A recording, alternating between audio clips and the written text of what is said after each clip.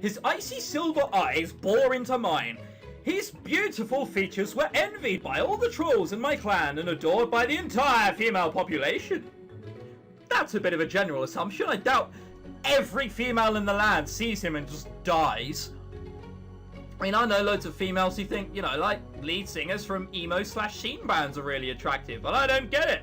They look idiots, but whatever. Oh no! Oh, he's an exact description of what I was just describing. Prince of the Unicorns.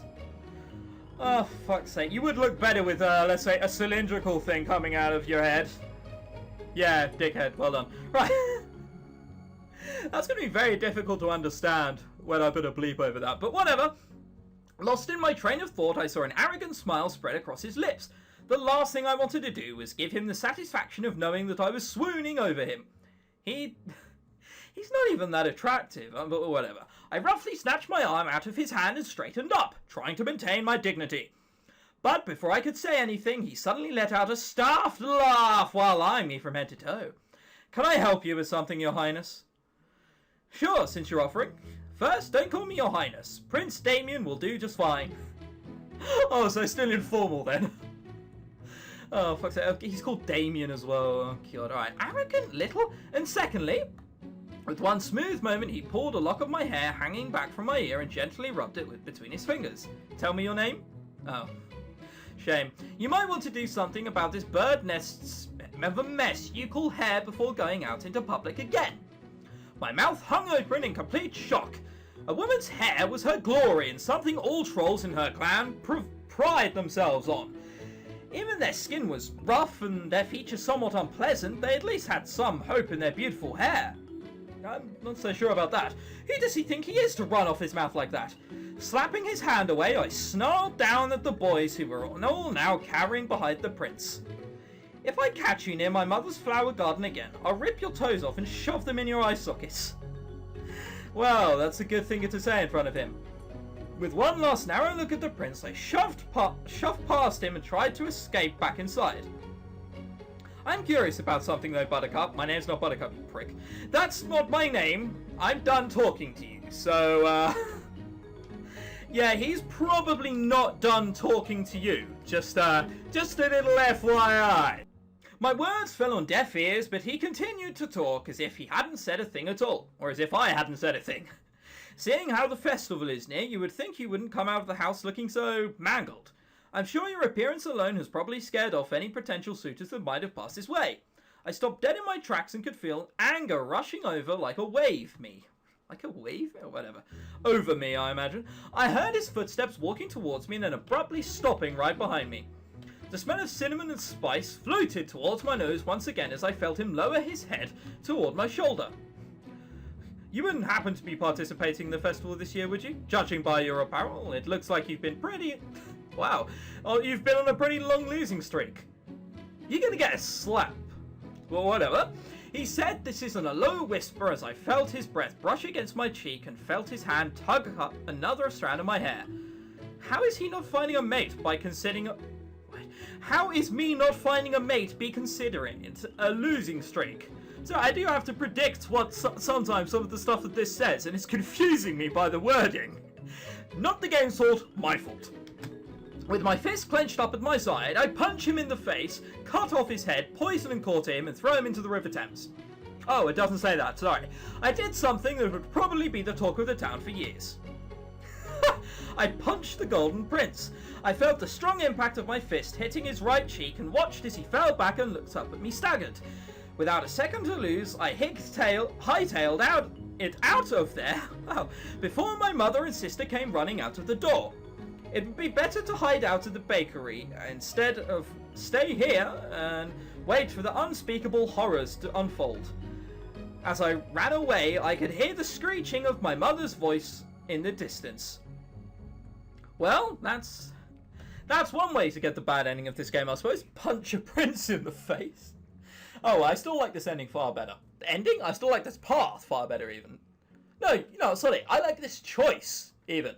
Okay, sure. I can believe that I had actually punched the unicorn prince. Semicolon. That's a bit of odd punctuation, alright. Of course, I've gotten into plenty of fights in my lifetime, and unfortunately got a weird reputation because of that, but never had I gotten into a fight with a prince. It wasn't a fight, you punched him. Alright, I decided to spend the rest of my morning hiding out in the shop with a cloth tied over my head to hide my hair, just in case he had a bounty out for me or something. I didn't want to be easily recognised. It's almost definitely one of those games where he's like, no one's ever punched me before. Oh, you're special, my dear. Grab my buttock!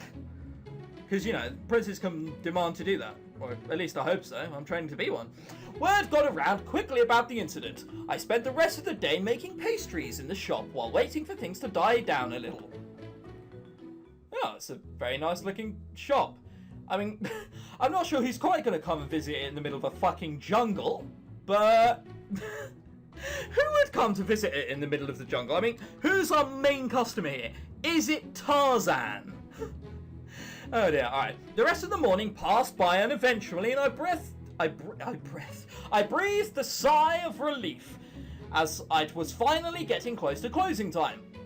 My mother had arrived just a few days ago to rip me a new one about my action towards the prince. I could tell how she was still upset because of the way she was slamming each cabinet door shut. I didn't feel bad about punching the prince, but what it did make me feel was sad was the fact that my mother was disappointed in me. Ever since Dad left us when I was 3, she's always worked so hard to raise me and my sister all on her own. Well, that explains why she doesn't have a dad. She'd have thought on her plate as it was already... What? As it already was being, and I hated being the cause of excess stress in her life. So, with a heavy sigh, I put down the broom that I was using and cautiously made my way to her side. Mama? My hair is still all over the fucking place. Her lips were pressed in a tight straight line as she kept her eyes forward and continued to arrange the pantry while moving on to slamming drawers shut. Mama, I'm sorry. Ma, I can tell you're mad, but can you at least look at me? I'm not mad, exasperated, maybe, gallant, indignant, irritated, piqued, provoked, riled, sure, but mad? No, I'm not mad. I'd hate to think what this person's mad is actually like if she's only piqued by this. So, provoked, that's the same fucking thing. Alright, whatever. Mum! With a whine, I rested my head on her shoulder and tried to give her the saddest puppy eyes that I could muster, but it failed horribly because looking cute and pathetic was not my forte, and all I got out of that was a good whack to the forehead. And say, have you seen yourself? Puppy eyes are not going to work. You know, if I could play the mother and found a mate that way, this would be so much easier. Right. Answer me, Acacia. Why is it you've been attending this festival for over 6 years now and you still end up alone each and every time? With a sigh, I lifted my chin off her shoulder and took a step back. I really didn't feel like having this depressing talk all over again. I get it each year I come back home alone. Didn't you want to get married? I do, Mum, but... But what? It's not like you haven't had a chance to finally settle down. What happened with that last young man at last year's festival? That guy was a whiny little punk. I heard you kicked him in his junk and shoved his face into the hole of a willow tree trunk. I remember that. The guy couldn't take no for an answer and wanted to taste the grace before buying the whole bag, if you know what I mean. Wow, that's a rather unsubtle way of putting it. I would have said he tried to get me in the family way. Although... yeah, he'd have to rape me to do that. Oh well, this is rather horrible territory. He was a jerk and wouldn't shut up whining up, so I gave him something to whine about. I said while leaning back on the table and crossing my arms over my chest. He seemed like such a good boy, Acacia. I just don't understand why... Mama, please. I don't want to settle just for anyone. When I do find someone I want to be... To be what? I could feel my mother's eyes studying me while my words trailed off and lowered my head in embarrassment. I wanted to be like those love stories in those fairy tale books you used to read us. A bitter laugh escaped my mother's lips as she turned away from me.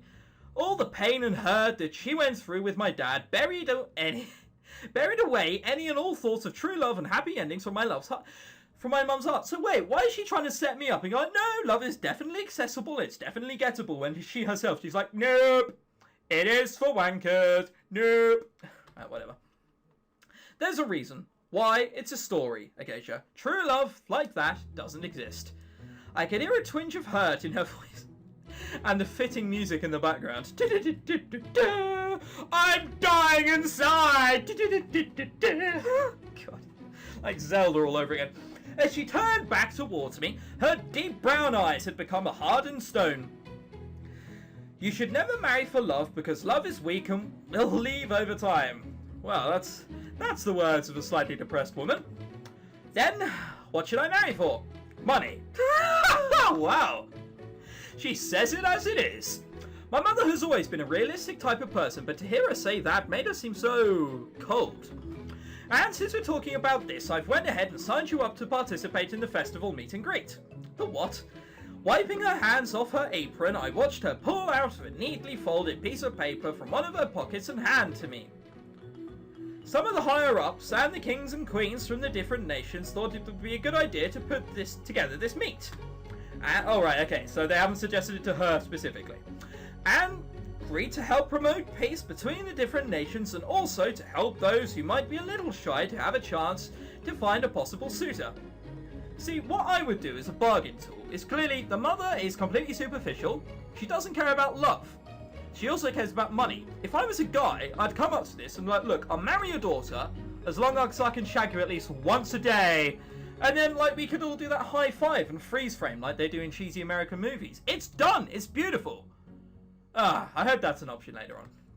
Sighing, I read over the paper and saw many different activities that were planned to happen from the first day up until the last night of the festival. Mum, I'm a little too old to keep having you try to set me up with someone or to go to weird gatherings like this. I really don't think you have any ground to be telling me that right now. You punched a unicorn. Not a unicorn then. What a bastard. The prince, no doubt, for goodness sake.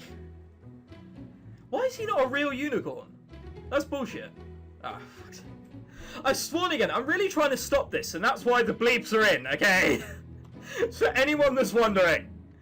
Alright. I'm amazed that the poor boy didn't press charges against you or have you executed on grounds of treason or something like that. I'm kind of surprised as well. But, as I said, I do kind of see where the plot's going. Mum, you're overreacting. I'm not overreacting. You're being stupid, and if you want to keep the little trust and love that I have for you, I suggest you get behind over to this meet and greet tonight and make a good impression. Ugh, I'm almost definitely going to cock this up.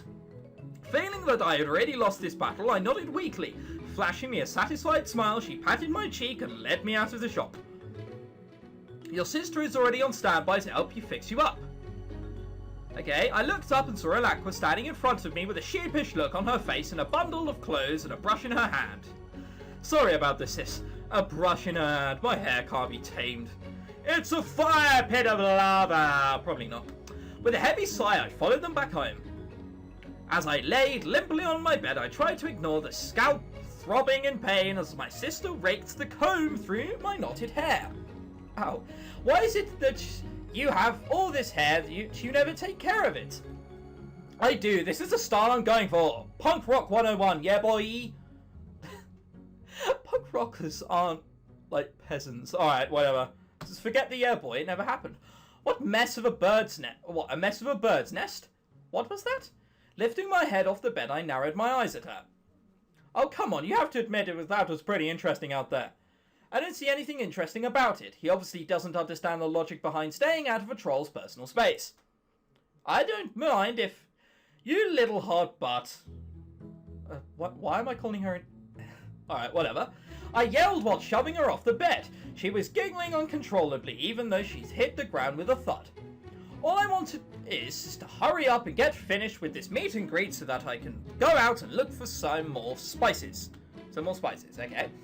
Sitting up, resting her head on the edge of the bed, she looks up at me wide-eyed. You really are a hopeless romantic. Whoa, whoa. No need for that. Alright, what are you talking about? I just really want to try this new recipe out. With a knowing look, she raised one eyebrow at me and shook her head. I know why you were upset before, about Mum giving that lady pastry from before. Alright then, come on then, let's find out why.